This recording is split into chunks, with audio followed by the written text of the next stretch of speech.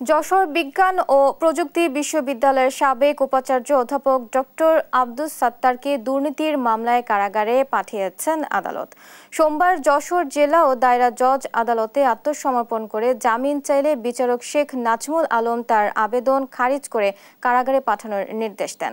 2023 সালের 21 আগস্ট অবৈধ নিয়োগ ও ক্ষমতার অপব্যবহারের মাধ্যমে প্রায় 91 লাখ টাকা আত্মসাতের অভিযোগে দুদক এই মামলাটি দায়ের করে।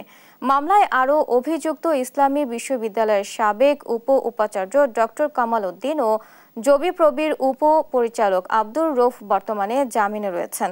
দুদকের special public prosecutor Mohammad Sirajul Islam এসব তথ্য নিশ্চিত করেন। বিশ্ববিদ্যালয়ে প্রায় 91 লক্ষ টাকা খরচ হয়ে গেছে, যেটা বেআইনিভাবে এই অর্থ প্রদান করা হয়েছে। এই ক্ষমতার অপব্যবহারের জন্য তার বিরুদ্ধে দুর্নীতি দমন কমিশন আইনের মোকদ্দমা দায়ের হয়। তিনি আদালতে আত্মসমর্পণ করেছিলেন। আত্মসমর্পণের প্রেক্ষিতে আদালত তার জামিনের আবেদন নামঞ্জুর